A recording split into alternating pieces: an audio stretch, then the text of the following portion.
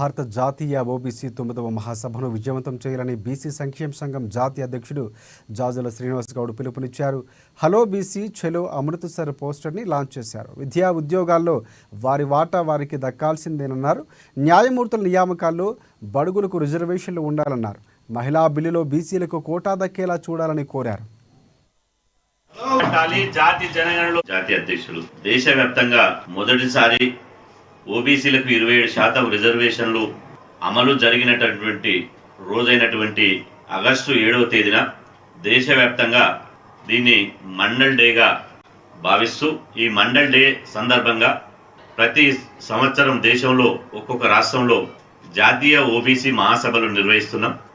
ఈసారి 9వ జాతీయ ఓబీసీ మహాసభను పంజాబ్ రాష్ట్రంలోని అమృత్సర్ పట్టణంలోని గురునానక్ దేవ్ యూనివర్సిటీలోని జూబ్లీ సెలబ్రేషన్ కన్వెన్షన్ సెంటర్లో ఉదయం 10 గంటల నుండి జాతీయ ఓబీసీ మహాసభను వేలాది మందితోటి పెద్ద ఎత్తున నిర్వహిస్తున్నాం. ఆ మహాసభను దేశవ్యాప్తంగా విజయవంతం చేయాలని చెప్పి కోరుతూ ఈరోజు బీసీ సంఘాల తరపున ఆ మహాసభకు సంబంధించినటువంటి గోడ పత్రికను వాల్ పోస్టర్ను విడుదల చేయడం జరిగింది.